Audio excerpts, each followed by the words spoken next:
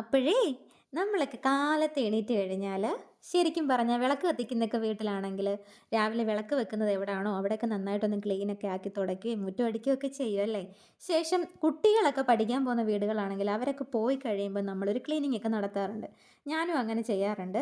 അപ്പം മോള് പഠിക്കാനൊക്കെ പോയി ആ സമയത്ത് നല്ല അടിപൊളിയാക്കി എടുക്കണം നമ്മുടെ ഹോള്. ശരിക്കും അടുക്കളയിലേക്കുള്ള മെയിനായിട്ടുള്ള പണികളൊക്കെ ചെയ്യാൻ ഞാൻ കയറുന്നതിന് മുൻപായിട്ട് നമ്മുടെ ഹോളൊക്കെ നല്ല അടിപൊളിയായിട്ട് അങ്ങ് വൃത്തിയാക്കും കേട്ടോ. അത് മറ്റൊന്നും കാരണമല്ല.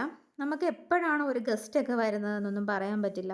നമ്മളപ്പോൾ എപ്പോഴും നമ്മുടെ സ്വീകരണ മുറിയൊക്കെ നല്ല അടിപൊളിയാക്കി ഇട്ടിരിക്കണം.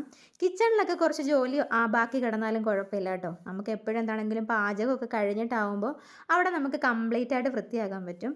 ഇന്നിപ്പം ദേ നല്ല അടിപൊളി നല്ല പരിഞ്ഞിലുള്ള മത്തി കിട്ടിയിട്ടുണ്ട്. നന്നായിട്ട് തേങ്ങായും ചക്കക്കുരു മാങ്ങയൊക്കെ ഇട്ട് അങ്ങോട്ട് വെക്കാമെന്നുള്ള പ്ലാനിങ്ങിലാണ്. അതിനായിട്ടുള്ള തേങ്ങയൊക്കെ എടുത്തിട്ട് നമുക്ക് അതിന് വേണ്ട അരപ്പൊക്കെ അരച്ചെടുക്കാൻ വേണ്ടി എടുക്കുകയാണ്. മത്തി കിട്ടിക്കഴിഞ്ഞാൽ ശരിക്കും പറഞ്ഞു കഴിഞ്ഞാൽ കപ്പ ഓർക്കും. ഇത്തവണ കപ്പ വാങ്ങിയില്ല കേട്ടോ. എന്താണെന്ന് വെച്ചാൽ മഴയുണ്ടായിരുന്നു, പോയില്ല. അപ്പം ദേ ഇന്നെന്തായാലും ഇത് പച്ചക്കറി വെക്കാമെന്ന് കരുതി. പച്ചക്കറി എന്ന് പറഞ്ഞാൽ നമ്മളിങ്ങനെ തേങ്ങ അരച്ച് വെക്കത്തില്ലേ, അങ്ങനെയാണ്. മത്തി ചിലവർക്കൊക്കെ മുളകിട്ട് വെക്കുന്നതായിരിക്കും കൂടുതൽ ഇഷ്ടം. പക്ഷേ ഇങ്ങനെ തേങ്ങ അരച്ച് വെച്ചാലുണ്ടല്ലോ നല്ല അടിപൊളി ടേസ്റ്റാണ് കേട്ടോ, പറയാതിരിക്കാൻ പറ്റത്തില്ല. അപ്പോൾ അങ്ങനെ വെക്കുകയാണ്. മത്തി ഇങ്ങനെ വെക്കുമ്പോഴത്തേക്ക് ചക്കക്കുരുവും മാങ്ങായും പച്ചമുളകും ഒക്കെ കൂടെ അങ്ങോട്ട് ഇട്ട് കൊടുക്കുമ്പോൾ നല്ല മണം വരും കേട്ടോ. ശരിക്കും പറഞ്ഞു കഴിഞ്ഞാൽ ആ ഒരൊറ്റ കറി മാത്രം മതി നമുക്ക് ചോറ് കഴിക്കാൻ.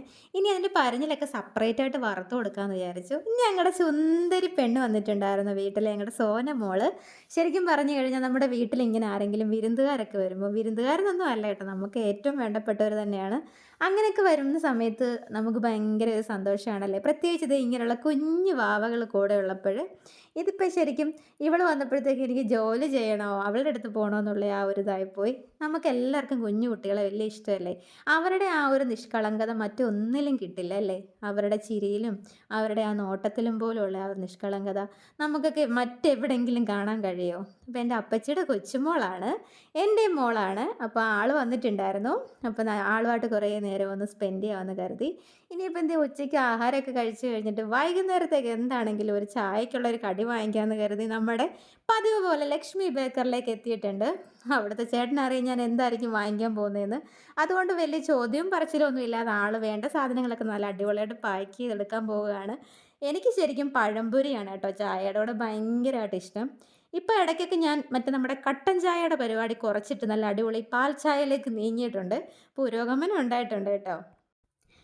അപ്പം എന്തേ നമ്മൾ ചായയൊക്കെ കുടിച്ചുകൊണ്ടിരിക്കുകയാണ്. ചായയൊക്കെ കുടിച്ച് കുറച്ച് കഴിഞ്ഞപ്പോഴത്തേക്ക് എൻ്റെ കുഞ്ഞിപ്പെണ്ണ് സ്കൂളിൽ നിന്ന് വന്നിട്ടുണ്ട്. അവൾ സ്കൂളിൽ പോയിട്ട് എന്തെങ്കിലും മാർക്കൊക്കെ ഡിക്റ്റേഷനൊക്കെ ഇടുന്ന സമയത്ത് കിട്ടുകയാണെങ്കിൽ ഇങ്ങനെ ഇതൊരു പതിവ് ശീലമാണ് കേട്ടോ. ഞാനിങ്ങനെ കണ്ണടച്ചിരിക്കണം, മോളത് കൊണ്ട് കാണിക്കും. അങ്ങനെ കാണുമ്പോഴത്തേക്ക് ഞാൻ അവൾക്കൊരു ഉമ്മയൊക്കെ കൊടുക്കും. അത് അവൾക്ക് ഭയങ്കര സന്തോഷമാണ് കേട്ടോ. അത് അവളുടെ ഒരു ചിട്ടയാണ് അങ്ങനെ ചെയ്യുന്നത്. മത്തിക്കറി ഉള്ളപ്പോൾ കപ്പ ഞാൻ രാവിലെ അങ്ങ് ഒഴിവാക്കിയെങ്കിലും രാത്രിയിലേക്ക് ഇന്ന് കപ്പയും മത്തിക്കറി ആക്കാമെന്ന് കരുതി. എന്താണെങ്കിലും നല്ല അടിപൊളി കപ്പ വേവിച്ചെടുത്തിട്ടുണ്ട്. അപ്പം നമുക്ക് പുതിയൊരു വീഡിയോ ആയിട്ട് വീണ്ടും കാണാം. എൻ്റെ ചാനൽ സബ്സ്ക്രൈബ് ചെയ്യാത്തവരെല്ലാവരും ഒന്ന് സബ്സ്ക്രൈബ് ചെയ്യണം, ലൈക്ക് ചെയ്യാത്തവർ ലൈക്ക് ചെയ്യണം.